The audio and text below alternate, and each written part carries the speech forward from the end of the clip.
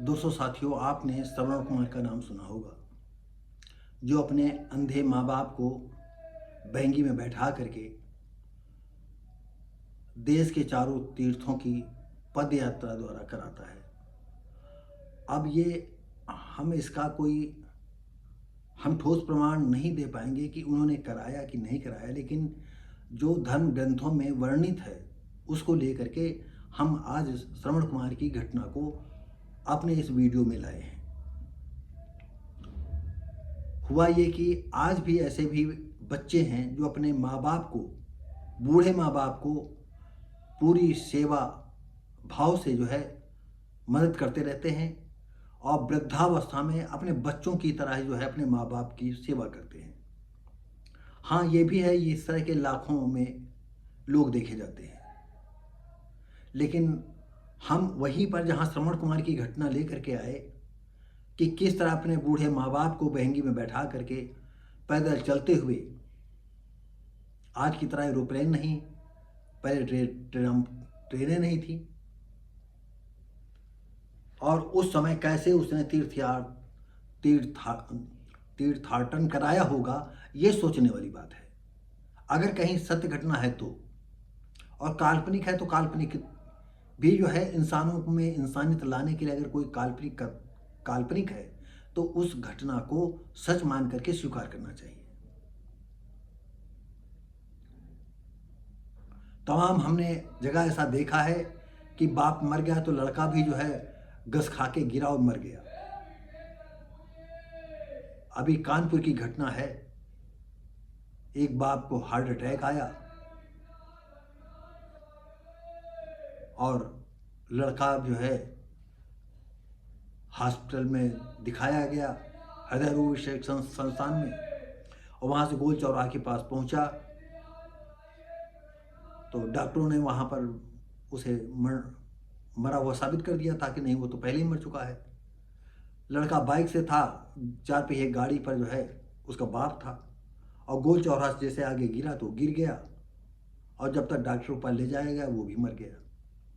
तो कुछ अपने बच्चे ऐसे होते हैं जो अपने बाप का मरना बर्दाश्त नहीं कर पाते हैं। तो आइए अब हम घटना की ओर चलते हैं। इसमें 7.5 बिस्वा जमीन के लिए जो है एक लड़के ने जो है अपने बाप को ही मार डाला। हुआ ये कि उसका बाप 50 साल के करीब था उम्र में, और करीब 25 साल पहले उसकी पत्नी मर गई थी। तो 25 साल पहले जब पत्नी मर गई थी तो 2 बच्चे थे। तो जो बड़ा बेटा था, छोटा बेटा था, 2 बेटे थे उनके। तो इसका मतलब यह है कि 30-35 साल के आसपास ही हो रहे होंगे।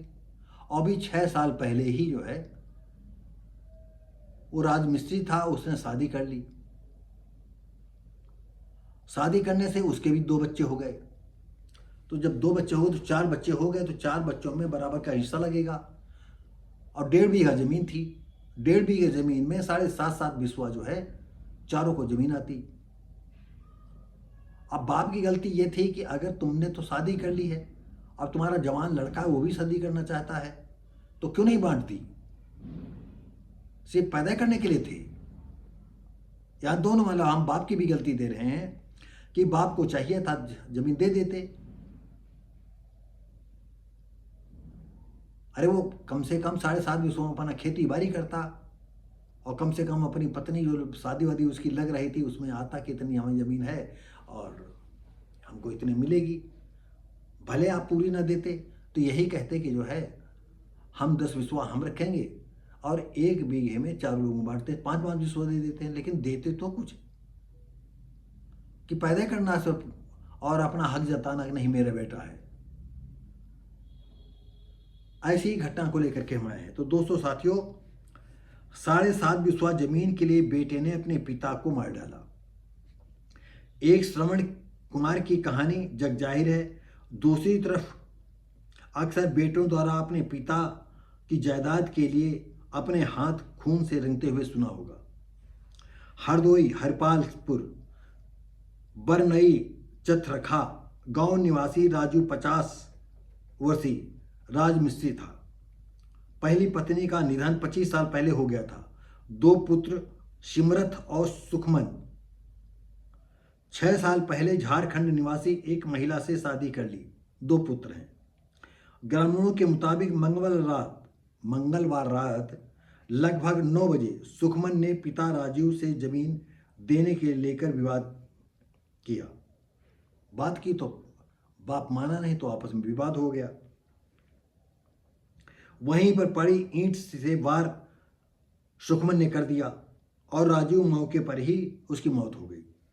7:30 बिस्वा जमीन सुखमन की शादी कहीं लग रही थी, तो वो दिखाना चाहता होगा, अरे भाई बाप के पास थी तब भी तुमने भी संतोष नहीं किया, अब तुमको संतोष हो गया। मतलब आपको बाप को मार करके जो है, और बाप भी ऐसा था कि उसने माना नहीं, अब मर गए हो तुम, अब क्या जमीन लेकर के जाओगे। अपर पुलिस अधीक्षक पश्चिमी MP सिंह ने बताया, सुखमन के खिलाफ गैर इरादतन हत्या की रिपोर्ट दर्ज की गई है, उसे गिरफ्तार कर लिया गया है। तो दोस्तों साथियों, इस समय इतना नाजुक होता जा रहा है कि इतनी आबादी बढ़ती जा रही है और देश का जो है हमारा प्रशासक, देश का शासन, ये चीफ मिनिस्टर या प्राइम मिनिस्टर इधर कोई ध्यान नहीं दे रहे हैं। अभी वो 2 बच्चों को छूट देना चाहते हैं, तो होगा क्या, लोग तो मरेंगे ही। इतनी आबादी बढ़ गई है, रोड पर आज चलना फिरना मुश्किल हो रहा है। तो दोस्तों साथियों, हम मिलेंगे आपको अगली वीडियो में, तब तक के लिए नमस्कार, जय हिंद।